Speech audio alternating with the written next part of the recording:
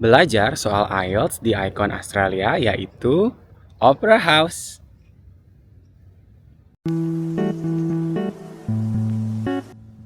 Nah, berhubung ini adalah video pengenalan mengenai IELTS, saya akan mulai dengan basic-basic informasi mengenai IELTS. Apa itu IELTS? IELTS itu merupakan singkatan dari International English Language Testing System yang mengukur kemampuan teman-teman dari segi 4 kemampuan. Ada reading, writing, listening, dan juga speaking.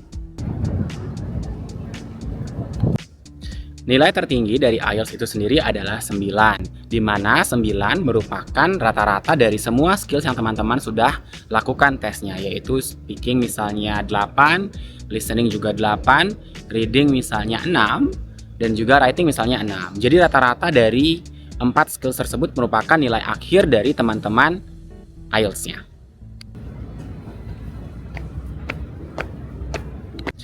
Nah, apa fungsi IELTS?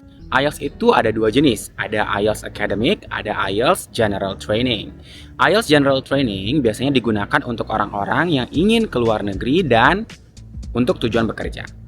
Sementara IELTS Academic itu bisa digunakan untuk bekerja atau bisa digunakan untuk kuliah atau melanjutkan studi teman-teman. Yang mana sih yang lebih susah? Menurut pendapat saya yang lebih susah adalah IELTS Academic karena dari segi reading maupun writingnya itu lebih kompleks dan juga lebih panjang.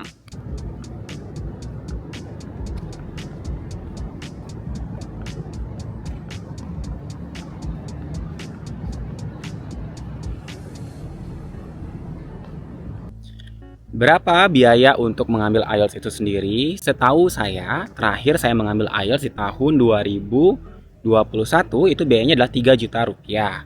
Sementara sejauh yang saya tahu ada kenaikan sebesar 100 ribu rupiah setiap tahunnya. Jadi ketika 2021 itu 3 juta rupiah, mungkin sekarang di tahun 2024 sudah mencapai 3 juta 300 ribu rupiah.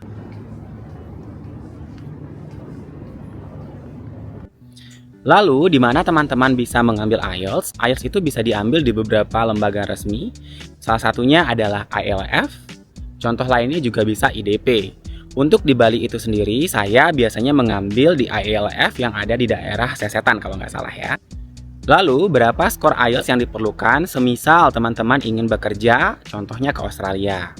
Untuk ke Australia, karena untuk tujuan bekerja, teman-teman hanya perlu mengambil IELTS General Training dengan rata-rata nilai minimal 4,5 dan masing-masing skill, listening, speaking, reading, dan juga writing, tidak boleh ada yang di bawah 4. Jadi kalau ada yang nilai 3,5, teman-teman belum bisa lanjut untuk bekerja di Australia. Untuk kuliah itu sendiri, teman-teman akan mengambil IELTS Academic dan untuk jenjang Masters yang setahu saya, teman-teman perlu mendapatkan rata-rata nilai 6,5 untuk IELTS Academic. Sementara untuk Doctorate atau S3, teman-teman perlu mendapatkan nilai rata-rata minimal 7. Nah, berapa lama IELTS test itu dilakukan? IELTS test itu dilakukan kurang lebih selama 2 jam 50 menit dengan rincian listening itu selama 35 menit. Kemudian lanjutkan dengan reading, yaitu 1 jam, writing 1 jam, dan juga speaking kurang lebih 15 menit. Jadi totalnya adalah 2 jam 50 menit. Nah, untuk teman-teman yang merasa ingin mengambil tes IELTS, namun belum memiliki kemampuan bahasa Inggris yang mumpuni, saran saya teman-teman harus tahu dulu level teman-teman itu di mana. Ada bahasa Inggris mendasar yang basic dan ada bahasa Inggris untuk IELTS yang jauh lebih susah.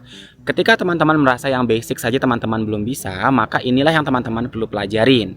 Ketika ini sudah kuat, teman-teman baru bisa melanjutkan ke IELTS bahasa Inggris untuk IELTS.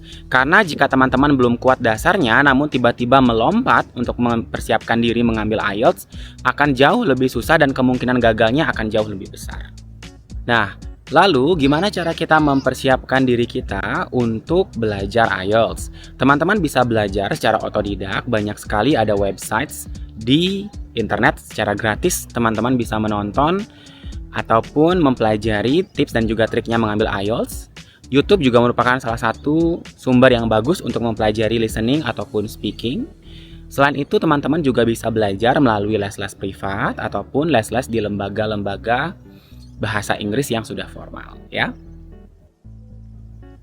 Nah, itu dia penjelasan mendasar mengenai IELTS. Untuk pelajaran lanjutnya mengenai penjelasan lebih lanjut tentang IELTS, saya akan jelaskan di video selanjutnya di tempat yang berbeda. See you!